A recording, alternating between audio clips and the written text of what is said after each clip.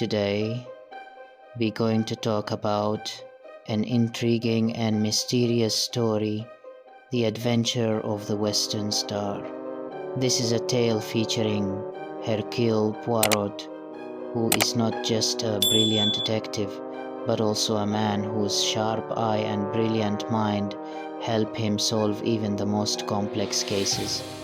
In this video, we'll join Poirot to unravel the mystery behind a stolen diamond, the Western Star, and the conspiracy lurking behind it. So, are you ready? Let's dive in and solve this mystery with Poirot, the Adventure of the Western Star. I was standing at the window of Poirot's rooms, looking out idly on the street below. That squeer ejaculated suddenly beneath my breath. "What is mon ami?" asked Poirot placidly from the depths of his comfortable chair. "Deduce, Poirot, from the following facts. Here is a young lady, richly dressed, fashionable hats, magnificent furs. She is coming along slowly, looking up at the houses as she goes. Unknown to her, she is being shadowed by three men and a middle-aged woman.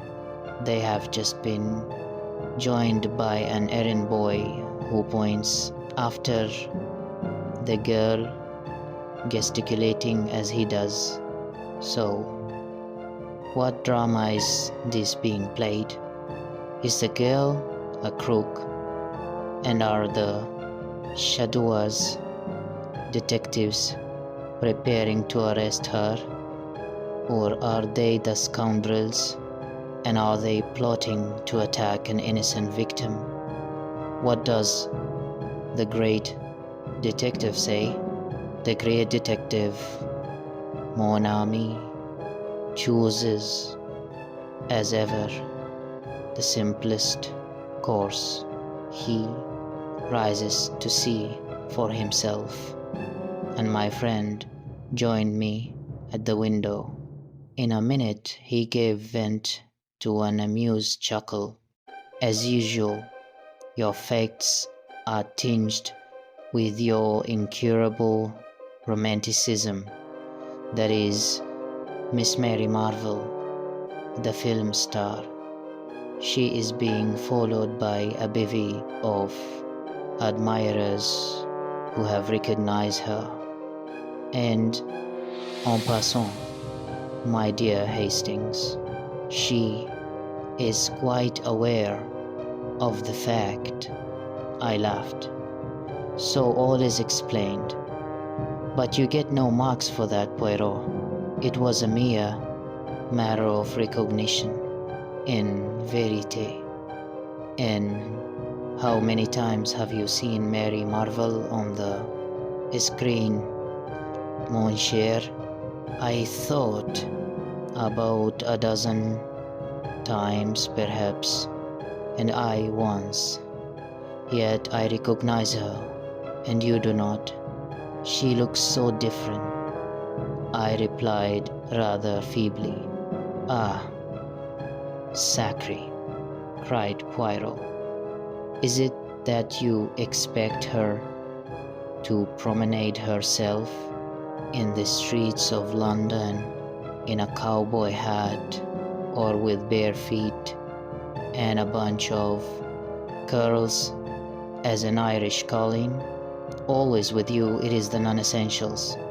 Remember the case of the dancer Valerie St. Clair?" I shrugged my shoulders, slightly annoyed. "But console yourself, mon ami," said Poirot, calming down. "All cannot be as Hercule Poirot. I know it well. You really have the best opinion of yourself of anyone I ever knew," cried, divided between amusement and annoyance. "What will you? When one is unique, one knows it, and others share that opinion, even if I mistake not Miss Mary Marvell. What? Without doubt, she is coming here. How do you make that out? Very simply. This street, it is not aristocratic, mon ami. In it there is no fashionable doctor, no fashionable dentist, still less is there a fashionable milliner. But there is a fashionable detective. Oui, my friend, it is true, I am become the mode, the dernier cri. One says to another, comment, you have lost your gold pencil case. You must go to the little Belgian. He is too marvelous. Everyone goes. Courage. And they arrive in flocks, mon ami, with problems of the most foolish. A bell rang below. What did I tell? That is Miss Marvell. As usual, Poirot was right. After a short interval, the American film star was ushered in, and we rose to our feet. Mary Marvell was undoubtedly one of the most popular actresses on the screen. She had only lately arrived in England in company with her husband, Gregory B. Rolfe, also a film actor. Their marriage had taken place about a year ago in the States, and this was their first visit to England. They had been given a great reception. Everyone was prepared to go mad over Mary Marvell, her wonderful clothes, her furs, her jewels, above all, one jewel, the great diamond, which had been nicknamed to match its owner, the Western Star. Much true and untrue had been written about this famous stone, which was reported to be insured for the enormous sum of £50,000. All these details passed rapidly through my mind as I joined with Poirot in greeting our fair client. Miss Marvell was small and slender, very fair and girlish looking, with the wide, innocent blue eyes of a child. Poirot drew forward a chair for her, and she commenced talking at once. You will probably think me very foolish, Monsieur Poirot, but Lord Cronshaw was telling me last night how wonderfully you cleared up the mystery of his nephew's death, and I felt that I just must have your advice. I dare say it's only a silly hoax. Gregory says so, but it's just worrying me to death. She paused for breath. Poirot beamed encouragement. Proceed, madame. You comprehend? I am still in the dark. It's these letters. Miss Marvell unclasped her handbag and drew out 3 envelopes which she handed to Poirot. The latter scrutinized them closely. Cheap paper, the name and address carefully printed. Let us see the inside. He drew out the enclosure. I had joined him and was leaning over his shoulder. The writing consisted of a single sentence, carefully printed like the envelope. It ran as follows: the great diamond, which is the left eye of the god, must return whence it came. The second letter was couched in precisely the same terms, but the third was more explicit. You have been warned. You have not obeyed.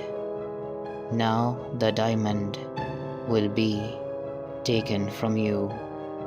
At the full of the moon, the two diamonds which are the left and the right eye of the god shall return. So it is written. The first letter I treated as a joke, explained Miss Marvell. When I got the second, I began to wonder. The third one came yesterday, and it seemed to me that, after all, the matter might be more serious than I had imagined. I see they did not come by post, these letters. No, they were left by hand by a Chinaman. That is what frightens me. Why? Because it was from a chink in San Francisco that Gregory bought the stone 3 years ago. I see, madame, that you believe the diamond referred to be the Western Star, finished Miss Marvell. That's so. At the time, Gregory remembers that there was some story attached to the stone, but the chink wasn't handing out any information. Gregory says he seemed just scared to death and in a mortal hurry to get rid of the thing. He only asked about a tenth of its value. It was Greg's wedding present to me. Poirot nodded thoughtfully. The story seems of an almost unbelievable romanticism, and yet who knows? I pray of you, Hastings, hand me my little almanac. I complied. Voyons, said Poirot, turning the leaves. When is the date of the full moon?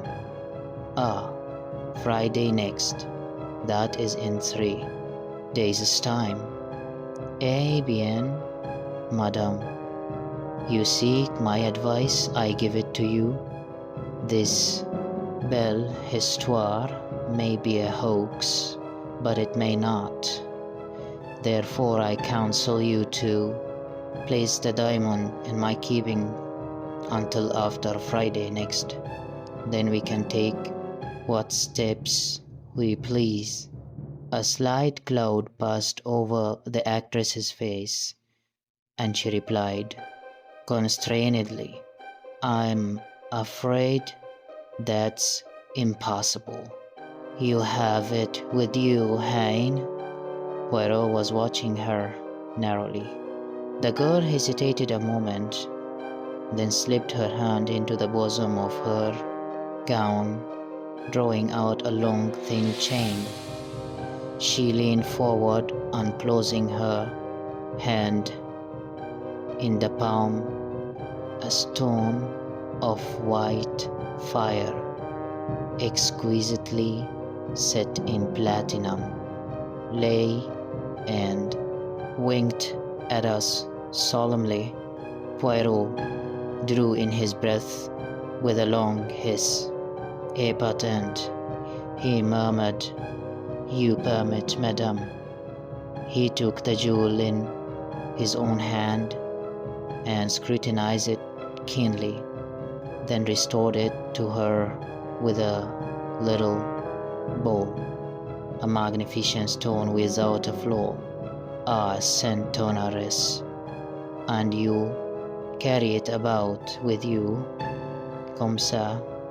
No, I'm very careful really, Monsieur Poirot.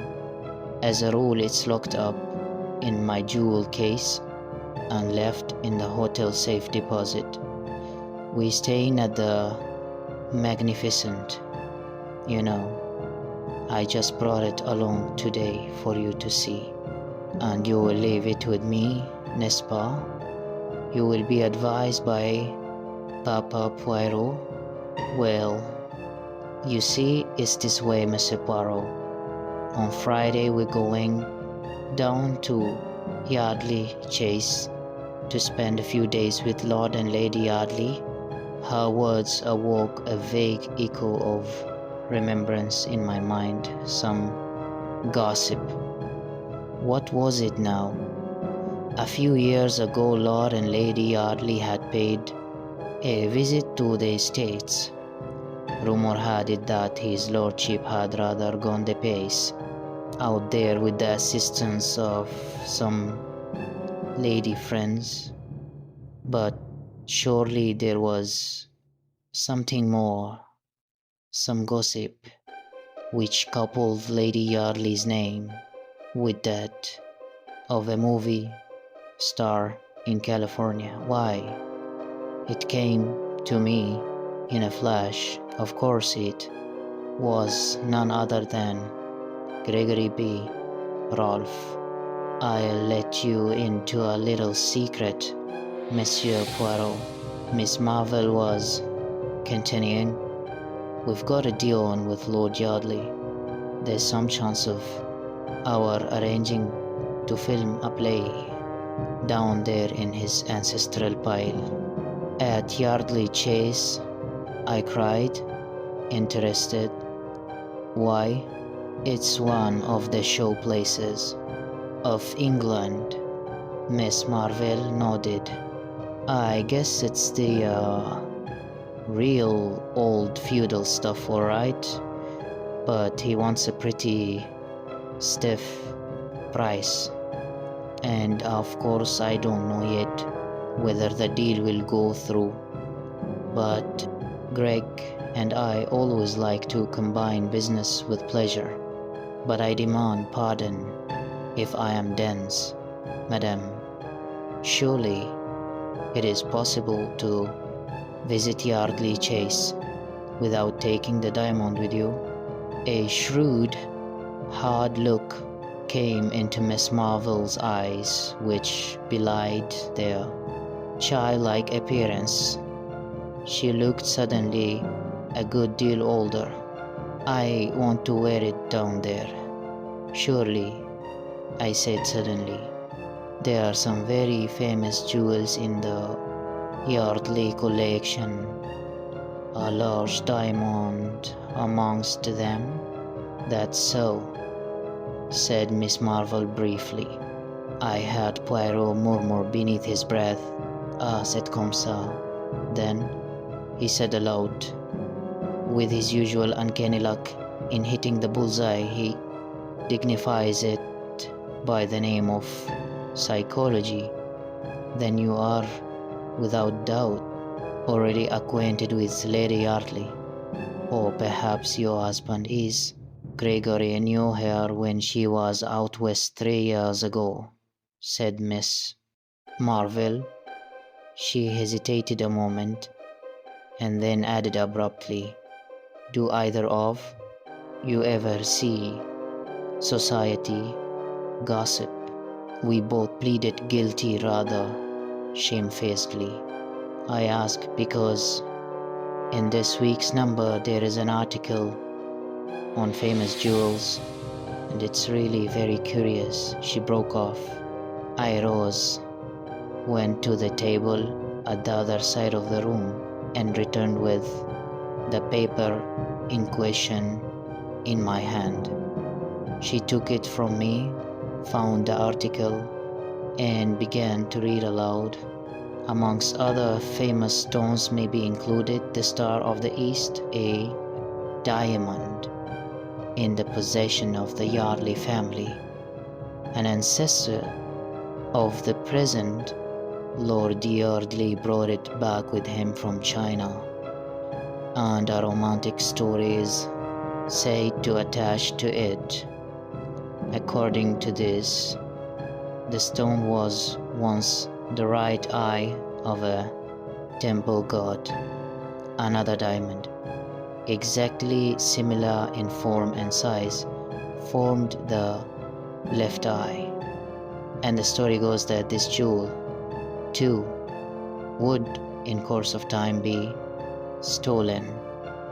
One eye shall go west, the other east, till they shall meet once more. Then, in triumph, shall they return to the god. It is a curious coincidence that there is at the present time a stone corresponding closely in description with this one, and known as the Star of the West or the Western Star. It is the property of the celebrated film actress Miss Mary Marvell. A comparison of the two stones would be interesting. She stopped. Épatant, murmured Poirot, without doubt a romance of the first water. He turned to Mary Marvell. And you are not afraid, madam? You have no superstitious terrors? You do not fear to introduce these two Siamese twins to each other, lest a Chinaman should appear and, hey presto, whisk them both back to China? His tone was mocking, but I fancied that an undercurrent of seriousness lay beneath it. I don't believe that Lady Yardley's diamond is anything like as good a diamond stone as mine, said Miss Marvell. Anyway, I'm going to see. What more Poirot would have said I do not know, for at that moment the door flew open and a splendid-looking man strode into the room. From his crisply curling black head to the tips of his patent leather boots, he was a hero fit for romance. I said I'd call round for you, Mary, said Gregory Rolfe, and here I am. Well, what does Monsieur Poirot say to our little problem? Just one big hoax, same as I do? Poirot smiled up at the big actor. They made a ridiculous contrast. Hoax or no hoax, Mr. Rolfe, he said dryly. I have advised Madame, your wife, not to take the jewel with her to Yardley Chase on Friday. I'm with you there, sir.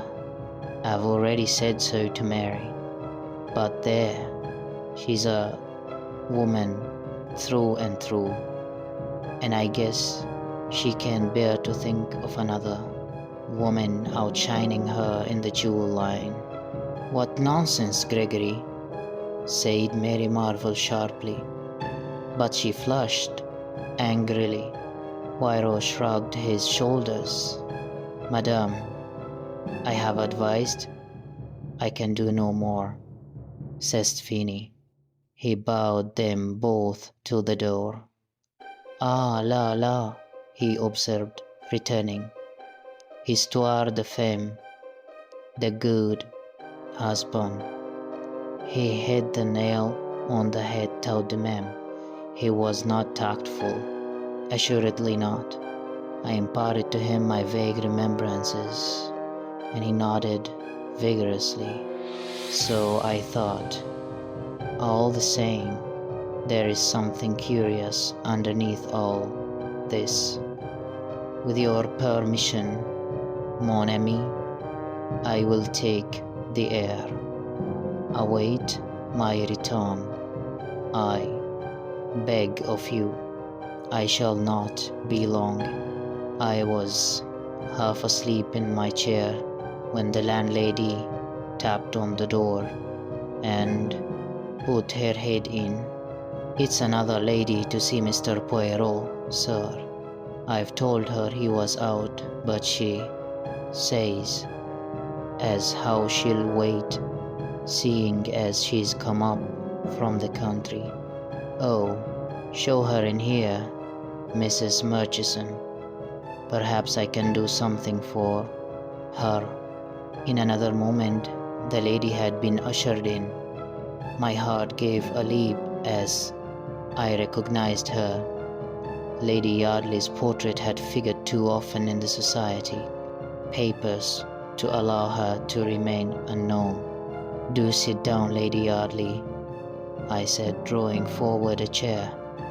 "My friend Poirot is out, but I know for a fact that he'll be back very shortly." She thanked me and sat down. A very different type, this, from Miss Mary Marvell. Tall, dark, with flashing eyes, and a pale, proud face, yet something wistful in the curves of the mouth. I felt a desire to rise to the occasion. Why not? In Poirot's presence I have frequently felt a difficulty. I do not appear at my best, and yet there is no doubt that I, too, possess the deductive sense in a marked degree. I leaned forward on a sudden impulse. "Lady Yardley," I said, "I know why you have come here. You have received blackmailing letters about the diamond." There was no doubt as to my bolt having shot home. She stared at me, open-mouthed, all color banished from her cheeks. "You know," she gasped. "How?" I smiled. "By a perfectly logical process. If Miss Marvell has had warning letters, Miss Marvell, she has been here. She has just left. As I was saying, if she, as the holder of one of the twin diamonds, has received a mysterious series of warnings, you, as the holder of the other stone, must necessarily have done the same. You see how simple it is?" "I am right. Then you have received these strange communications also?" For a moment she hesitated, as though in doubt whether to trust me or not. Then she bowed her head in assent with a little smile. "That is so," she acknowledged. "Were yours too left by hand by a Chinaman?" "No, they came by post. But tell me, has Miss Marvell undergone the same experience?" Then I recounted to her the events of the morning. She listened attentively. "It all fits in. My letters are the duplicates of hers. It is true that they came by post, but there is a curious perfume impregnating them, something in the nature of joss stick that at once suggested the East to me. What does it all mean?" I shook my head. "That is what we must find out. You have the letters with you? We might learn something from the postmarks. Unfortunately, I destroyed them. You understand, at the time I regarded it as some foolish joke. Can it be true that some Chinese gang are really trying to recover the diamonds? It seems too incredible." We went over the facts again and again, but could get no further towards the elucidation of the mystery. At last Lady Yardley rose. "I really don't think I need wait for Monsieur Poirot. You can tell him all this, can't you?" "Thank you so much, Monsieur." She hesitated, her hand outstretched. "Captain Hastings, of course, how stupid of me. You're a friend of the Cavendishes, aren't you? It was Mary Cavendish who sent me to Monsieur Poirot when my friend returned. I enjoyed telling him the tale of what had occurred during his absence. He cross-questioned me rather sharply over the details of our conversation, and I could read between the lines that he was not best pleased to have been absent. I also fancied that the dear old fellow was just the least inclined to be jealous. It had become rather a pose with him to consistently belittle my abilities, and I think he was chagrined at finding no loophole for criticism. I was secretly rather pleased with myself, though I tried to conceal the fact for fear of irritating him, in spite of his idiosyncrasies. I was deeply attached to my quaint little friend. Bien, he said at length, with a curious look on his face. The plot develops. Pass me, I pray you, that peerage on the top shelf there. He turned the leaves. Ah, here we are. Yardley, 10th Viscount, served South African War. Tout ça n'a pas d'importance. Mar 1907, Honorable Maud. Stapperton, 4th daughter of 3rd Baron Cotterill. Has, yes, 2 daughters, born 1908, 1910, clubs, residences. Voila, that does not tell us much. But tomorrow morning we see this, my lord. What? Yes, I telegraphed to him. I thought you had washed your hands of the case. I am not acting for Miss Marvell, since she refuses to be guided by my advice. What I do now is for my own satisfaction, the satisfaction of Hercule Poirot. Decidedly, I must have a finger in this pie, and you comely via Lord Yardley to dash up to town just to suit your convenience. He won't be pleased. Au contraire, if I preserve for him his family diamond, he ought to be very grateful.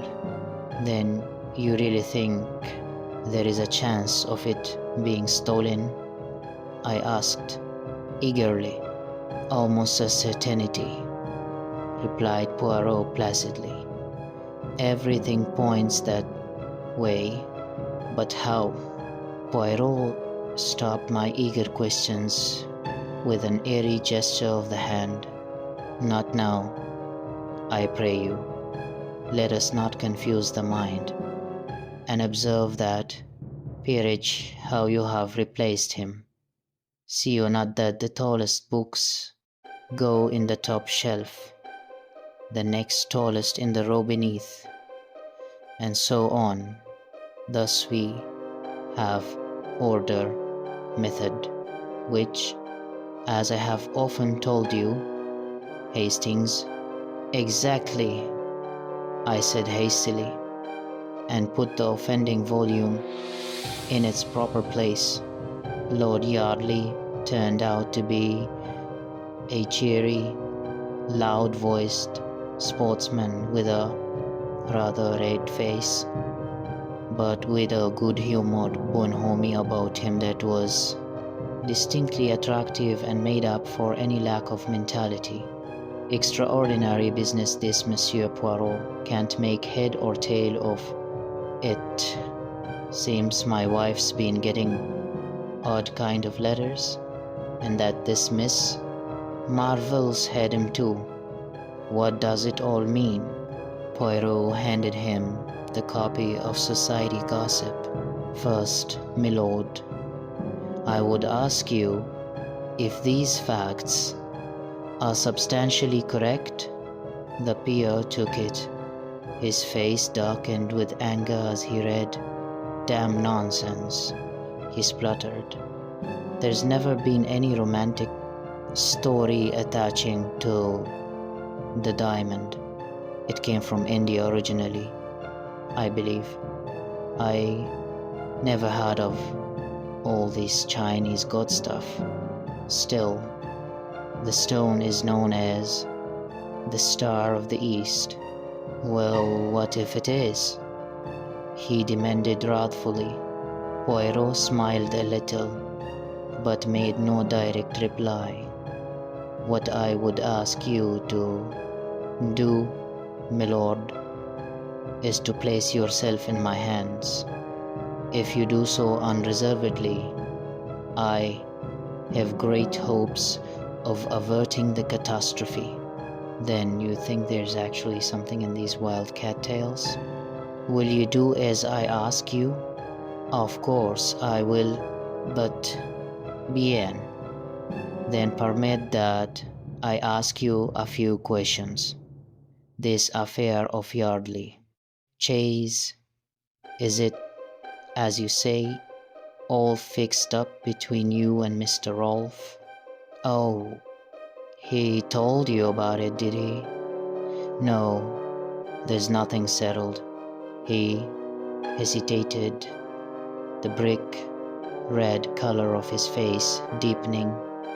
Might as well get the thing straight. I've made rather an ass of myself in many ways, Monsieur Poirot, and I'm head over ears in debt, but I want to pull up. I'm fond of the kids, and I want to straighten things up and be able to live on at the old place.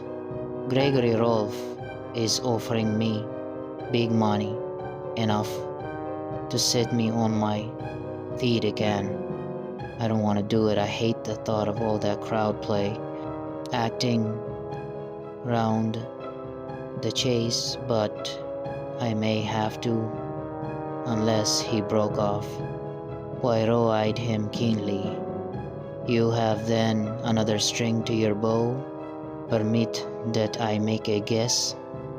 It is to sell the Star of the East? Lord Yardley nodded.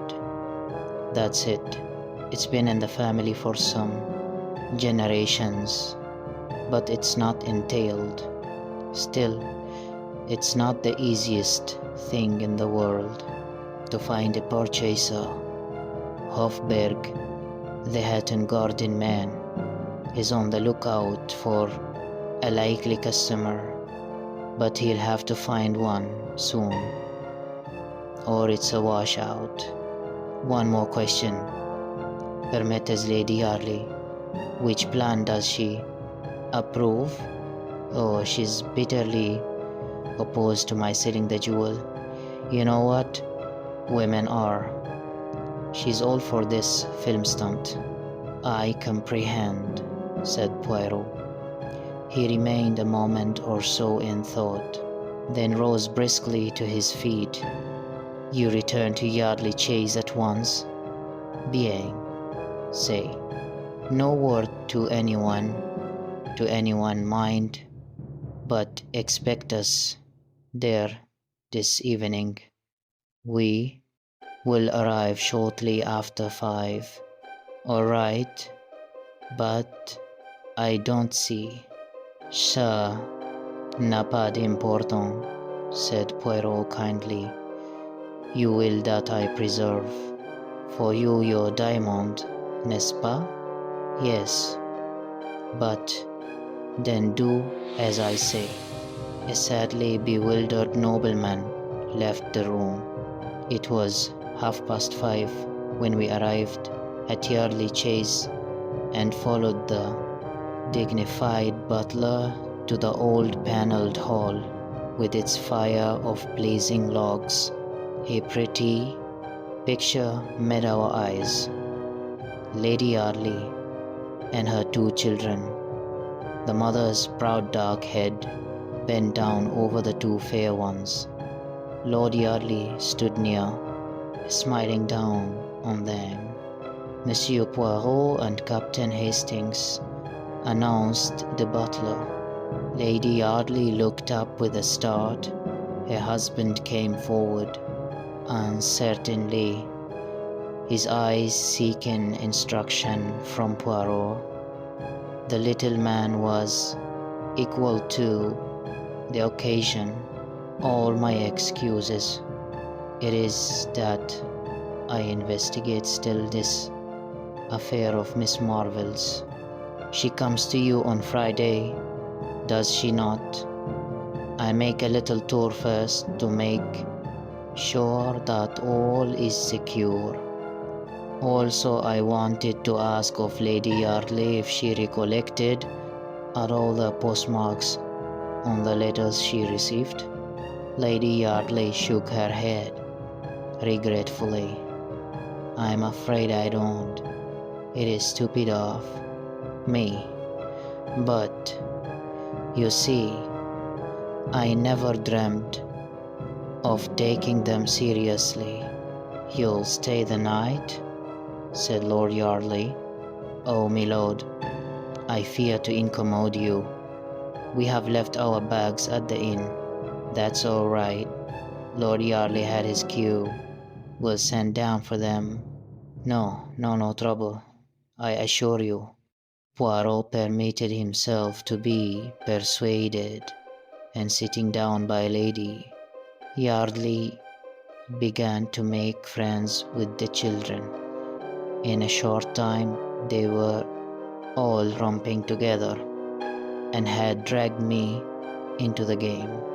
Vous êtes bonne mère, said Poirot, with a gallant little bow as the children were removed reluctantly by a stern nurse. Lady Yardley smoothed her ruffled hair. I adore them, she said with a little catch in her voice, and they you with reason. Poirot bowed again. A dressing gong sounded, and we rose to go up to our rooms. At that moment, the butler entered with a telegram on a salver which he handed to Lord Yardley. The latter tore it open with a brief word of apology. As he read it, he stiffened visibly. With an ejaculation, he handed it to his wife. Then he glanced at my friend. Just a minute, Monsieur Poirot. I feel you ought to know about this. It's from Hofberg. He thinks he's found a customer for the Diamond and American sailing for the States tomorrow. They're sending down a chap tonight to wet the stone. By Jove, though, if this goes through words failed him. Lady Yardley had turned away. She still held the telegram in her hand. I wish you wouldn't sell it, George, she said in a low voice. It's been in the family so long. She waited as though for a reply, but when none came, her face hardened. She shrugged her shoulders. I must go and dress. I suppose I had better display the goods. She turned to Poirot with a slight grimace. It's one of the most hideous necklaces that was ever designed. George has always promised to have the stones reset for me, but it's never been done. She left the room. Half an hour later, we three were assembled in the great drawing room, awaiting the lady. It was already a few minutes past the dinner hour. Suddenly, there was a low rustle, and Lady Yardley appeared, framed in the doorway, a radiant figure in a long white, shimmering dress. Round the column of her neck was a rivulet of fire. She stood there with one hand just touching the necklace. "Behold the sacrifice," she said gaily. Her ill humor seemed to have vanished. "Wait, while I turn the big light on, and you shall feast your eyes on the ugliest necklace in England." The switches were just outside the door. As she stretched out her hand to them, the incredible thing happened. Suddenly, without any warning, every light was extinguished, and the door banged, and from the other side of it came a long-drawn, piercing woman's scream. "My God!" cried Lord Yardley. That was Maud's voice. "What has happened?" We rushed blindly for the door, cannoning into each other in the darkness. It was some minutes before we could find it. What a sight met our eyes! Lady Yardley lay senseless on the marble floor, a crimson mark on her white throat where the necklace had been wrenched from her neck. As we bent over her, uncertain for the moment whether she were dead or alive, her eyelids opened. "The Chinaman," she whispered painfully. "The Chinaman," they sighed. "Do." Lord Yardley sprang up with an oath. I accompanied him, my heart beating wildly. The Chinaman again. The side door in question was a small one in the angle of the wall, not more than a dozen yards from the scene of the tragedy. As we reached it, I gave a cry. There, just short of the threshold, lay the glittering necklace, evidently dropped by the thief in the panic of his flight. I swooped joyously down on it. Then I uttered another cry, which Lord Yardley echoed, for in the middle of the necklace was a great gap. The Star of the East was missing. "That settles it," I breathed. These were no ordinary thieves. This one stone was all they wanted. But how did the fellow get in? Through this door. But it's always locked. I shook my head. It's not locked now. See? I pulled it open as I spoke. As I did so, something fluttered to the ground. I picked it up. It was a piece of silk, and the embroidery was unmistakable. It had been torn from a Chinaman's robe. In his haste, it caught in the door. I explained. "Come, hurry. He cannot have gone far as yet." But in vain we hunted and searched. In the pitch darkness of the night, the thief had found it easy to make his getaway. We returned reluctantly, and Lord Yardley sent off one of the footmen post haste to fetch the police. "Lady Yardley," aptly ministered to by Poirot, who is as good as a woman in these matters, was sufficiently recovered to be able to tell her story. I was just going to turn on the other light, she said, when a man sprang on me from behind. He tore my necklace from my neck with such force that I fell headlong to the floor. As I fell, I saw him disappearing through the side door. Then I realized by the pigtail and the embroidered robe that he was a Chinaman. He stopped with a shudder. The butler reappeared. He spoke in a low voice to Lord Yardley. "A gentleman from Mr. Hofburg's, milord. He says you expect him." "Good heavens!" cried the distracted nobleman.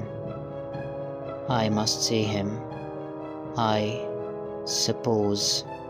"No, not here, Mullings. In the library." I drew Poirot aside. "Look here, my dear fellow. Hadn't we better get back to London?" "You think so, Hastings?" "Why?" "Well," I coughed delicately, "things haven't gone very well, have they? I mean, you tell Lord Yardley to place himself in your hands and all will be well, and then the diamond vanishes from under your very nose." "True," said Poirot, rather crestfallen. "It was not one of my most striking triumphs." This way of describing events almost caused me to smile, but I stuck to my guns. So, having pardoned the expression, rather made a mess of things, "Don't you think it would be more graceful to leave immediately? And the dinner, the without doubt excellent dinner, that the chef of Lord Yardley has prepared?" "Oh, what's dinner?" I said impatiently. Poirot held up his hands in horror. "Mon Dieu, it is that in this country you treat the affairs gastronomic with a criminal indifference. There's another reason why we should get back to London as soon as possible," I continued. "What is that, my friend?" "The other diamond," I said, lowering my voice. "Miss Marvell's. Eh bien, what of it? Don't you see?" His unusual obtuseness annoyed me. What had happened to his usually keen wits? "They've got one, now they'll go for the other." "Tiens," cried Poirot, stepping back a pace and regarding me with admiration. "But your brain marches to a marvel, my friend. Figure to yourself that for the moment I had not thought of that, but there is plenty of time. The full of the moon, it is not until Friday." I shook my head dubiously. The full of the moon theory left me entirely cold. I had my way with Poirot, however, and we departed immediately, leaving behind us a note of explanation and apology for Lord Yardley. My idea was to go at once to the Magnificent and relate to Miss Marvell what had occurred, but Poirot vetoed the plan and insisted that the morning would be time enough. I gave in rather grudgingly. In the morning, Poirot seemed strangely disinclined to stir out. I began to suspect that, having made a mistake to start with, he was singularly loath to proceed with the case. In answer to my persuasions, he pointed out, with admirable common sense, that as the details of the affair at Yardley Chase were already in the morning papers, the Rolfs would know quite as much as we could tell them. I gave way unwillingly. Events proved my forebodings to be justified. About 2 o'clock, the telephone rang. Poirot answered it. He listened for some moments. Then, with a brief "Bien, J. Sirai," he rang off and turned to me. "What do you think, mon ami?" He looked half ashamed, half excited. "The diamond of Miss Marvell. It has been stolen." "What?" I cried, springing up. "And what about the full of the moon?" "Now?" Poirot hung his head. "When did this happen?" "This morning." "I understand." I shook my head sadly. "If only you had listened to me." "You see, I was all right." "It appears so, mon ami," said Poirot cautiously. "Appearances are deceptive, they say, but it certainly appears so." As we hurried in a taxi to the Magnificent, I puzzled out the true inwardness of the scheme. That full of the moon idea was clever. The whole point of it was to get us to concentrate on the Friday, and so be off our guard beforehand. It is a pity you did not realize that.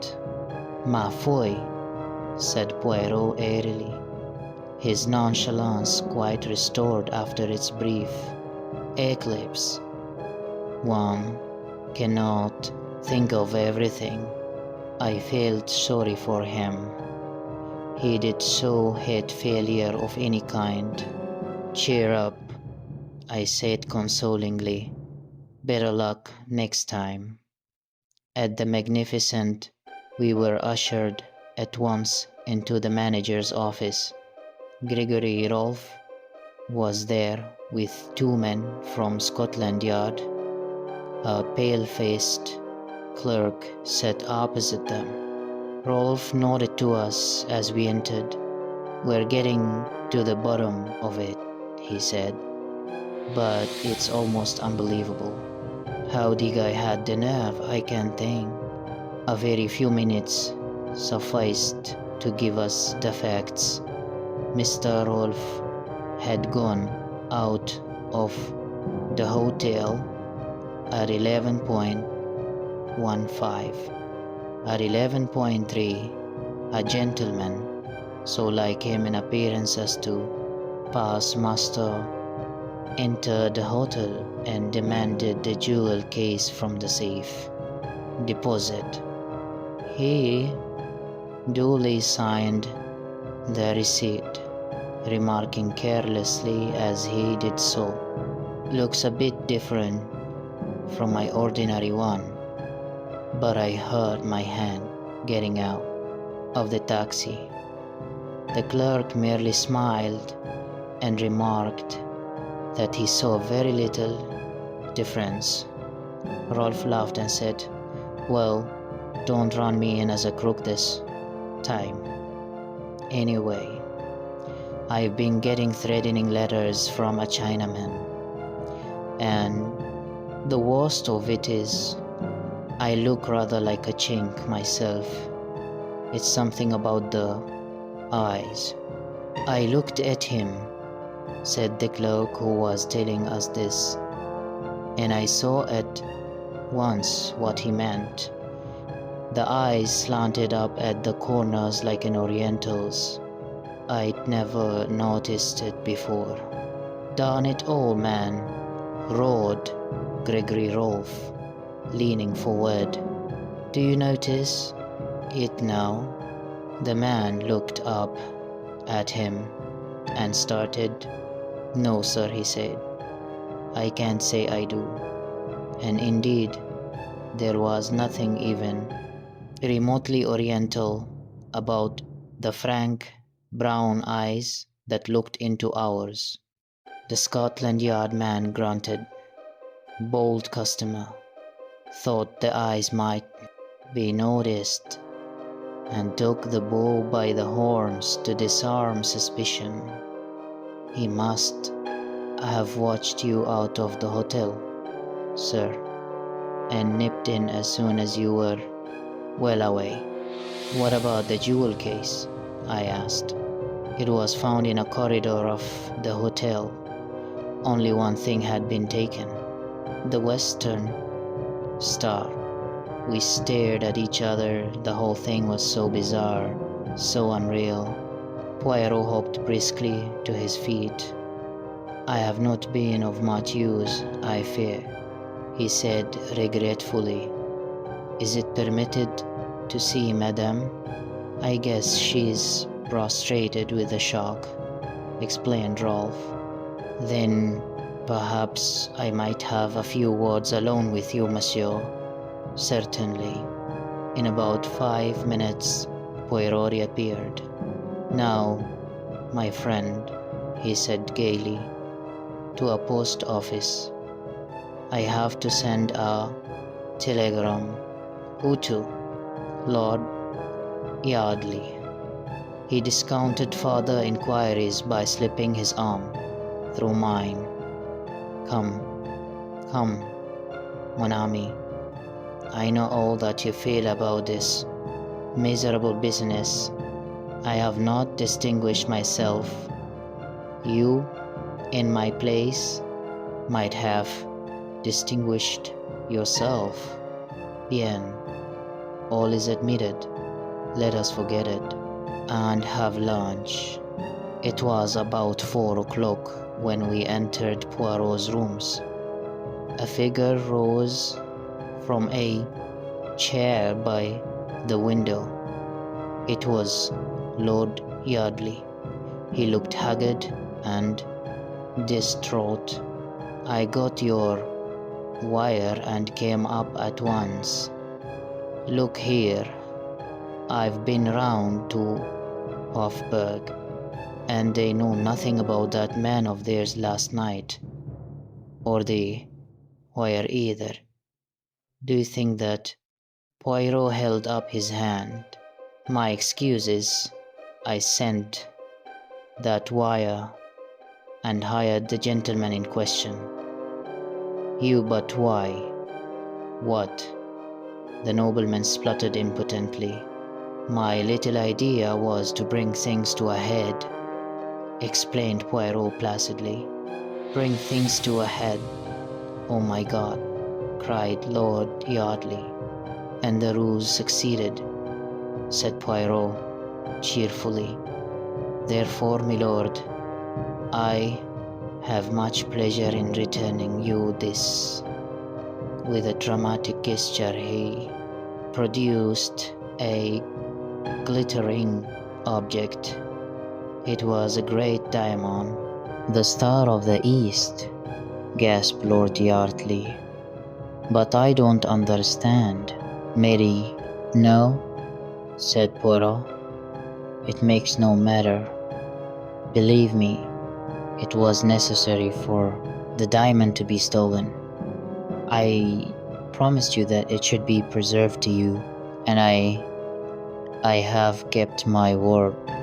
You must permit me to keep my little secret. Convey, I beg of you, the assurances of my deepest respect to Lady Yardley, and tell her how pleased I am to be able to restore her jewel to her. What, P.O. Thames, is it not? Good day, milord." And smiling and talking, the amazing little man conducted the bewildered nobleman to the door. He returned, gently rubbing his hands. Poirot, I said. Am I quite demented? No, mon ami, but you are, as always, in a mental fog. How did you get the diamond? From Mr. Rolfe. Rolfe, my sweet. The warning letters, the Chinaman, the article in Society, gossip, all sprang from the ingenious brain of Mr. Rolfe. The two diamonds, supposed to be so miraculously alike, bah! They did not exist. There was only one diamond, my friend. Originally in the Yardley collection, for 3 years it has been in the possession of Mr. Rolfe. He stole it this morning with the assistance of a touch of grease paint at the corner of each eye. Ah, I must see him on the film. He is indeed an artist, said Willa. But why should he steal his own diamond? I asked, puzzled. For many reasons. To begin with, Lady Yardley was getting restive. Lady Yardley, you comprehend, she was left much alone in California. Her husband was amusing himself elsewhere. Mr. Rolfe was handsome. He had an air about him of romance. But au fond, he is very businesslike. So monsieur, he made love to Lady Yardley, and then he blackmailed her. I texted the lady with the truth the other night, and she admitted it. She swore that she had only been indiscreet, and I believe her. But undoubtedly, Rolfe had letters of hers that could be twisted to bear a different interpretation. Terrified by the threat of a divorce and the prospect of being separated from her children, she agreed to all he wished. She had no money of her own, and she was forced to permit him to substitute a paste replica for the real stone. The coincidence of the date of the appearance of the Western Star struck me at once. All goes well. Lord Yardley prepares to arrange himself to settle down, and then comes the menace of the possible sale of the diamond. The substitution will be discovered. Without doubt, she writes off frantically to Gregory Rolfe, who has just arrived in England. He soothes her by promising to arrange all, and prepares for a double robbery. In this way he will quiet the lady, who might conceivably tell all to her husband, an affair which would not suit our blackmailer at all. He will have £50,000 insurance money. Ah, you had forgotten that. And he will still have the diamond. At this point I put my finger in the pie. The arrival of a diamond expert is announced. Lady Yardley, as I felt sure she would, immediately arranges a robbery and does it very well too. But Hercule Poirot, he sees nothing but facts. What happens in actuality? The lady switches off the light, bangs the door, throws the necklace down the passage, and screams. She has already wrenched out the diamond with pliers upstairs, but we saw the necklace round her neck. I objected. I demand pardon, my friend. Her hand concealed the part of it where the gap would have shown. To place a piece of silk in the door beforehand is child's play. Of course, as soon as Rolf freed of the robbery, he arranged his own little comedy. And very well he played it. What did you say to him? I asked with lively curiosity. I said to him that Lady Yardley had told her husband all that I was empowered to recover the jewel, and that if it were not immediately handed over, proceedings would be taken. Also a few more little lies which occurred to me. He was as wax in my hands. I pondered the matter. It seems a little unfair on Mary Marvell. She has lost her diamond through no fault of her own. Bah, said Poirot brutally. She has a magnificent advertisement. That is all she cares for. That one. Now the other. She is different. Bonne mère très. Femme.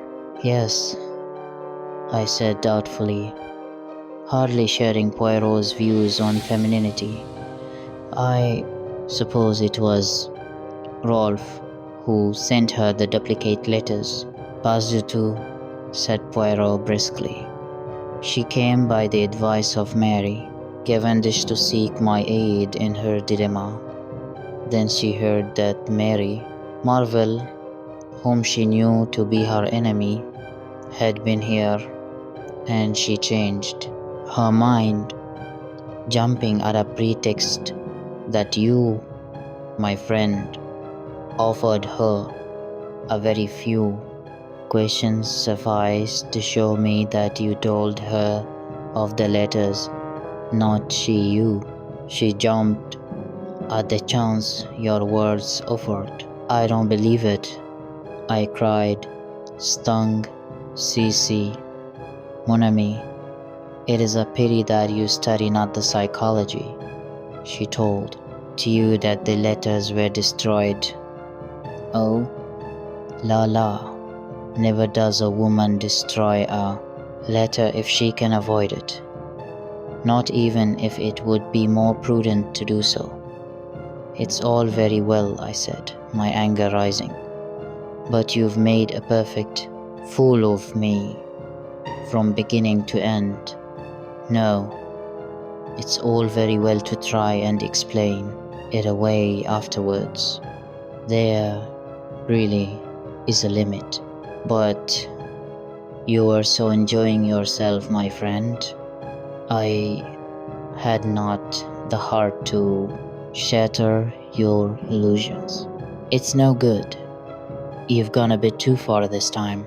Mon Dieu, but how you enrage yourself for nothing, mon ami. I'm fed up. I went out, banging the door. Poirot had made an absolute laughing stock of me. I decided that he needed a sharp lesson. I would let some time elapse before I forgave him. He had encouraged me to make a perfect fool of myself